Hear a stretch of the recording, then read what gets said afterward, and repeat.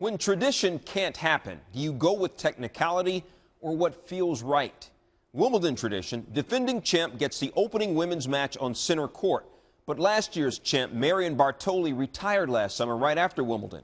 So instead of giving five-time champion Serena Williams the honor, Wimbledon gives it instead to last year's runner-up, Sabine Lisicki.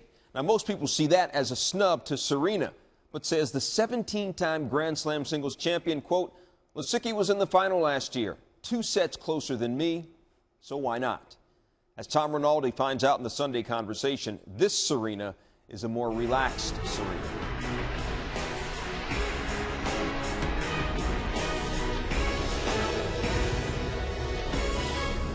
The #1 seed in the championships for the 5th time, Serena Williams. What's the difference, Serena, between the girl who came here in 1998 and the woman who comes here in 2014? Well, when you're young and you first arrive at Wimbledon, everything is going so fast. And, you know, when I first came here, I was just seeing people that I admired when I grew up. I saw all these great tennis stars, and I'm thinking, wow, there's this person and there's that person. And, you know, it was just so cool. And now when you're here, you're thinking, today I'm thinking, oh, well, I'm in a different mindset. I'm in just a completely different frame of mind. From the outside perspective where we are, every win is expected. Every loss is a shock. Yes. But from the inside, what's a loss like? Well, losses, especially for me, are never fun, but I think they're very important to have in a career. Why? I think they build you, and if you keep winning and you're not challenged and you don't lose, then I don't think it builds character. I think that it kind of makes you almost in a way lazy. And I think every time for me, if I take a loss, I learn from it. I try to see what happened, what did I do, what can I do better? And you don't have that same experience if you have nothing but wins.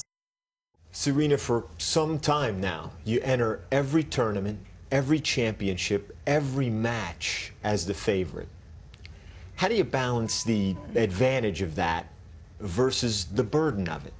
It's hard. It's hard when you go into a match every day of your life and people say you're going to win, you know, and you're like, it's not given. You know, everyone, when you play people, they do play you hard. And me in particular, I've found people play me a lot harder because they have nothing to lose. And how do you sense that? How do you know that? Well, you see people play other people, and then you see them against you. It's like, wait, this isn't the same player. So, yeah. So, but that in a sense is a good thing for me because it gives me, you know, an opportunity to work harder and to be better. I have to, or else I'm not going to be able to have an opportunity to compete. Beyond Venus, who might seem like the obvious answer, Serena, what athlete do you most relate to? Wow.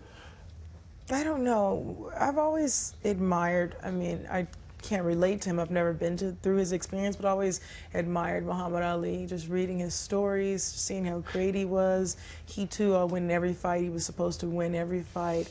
Then he had such amazing lows, being in jail because he stood up for what he believed in. And for me, that's the most admirable person, when you stand up for what you believe in, no matter what the causes are.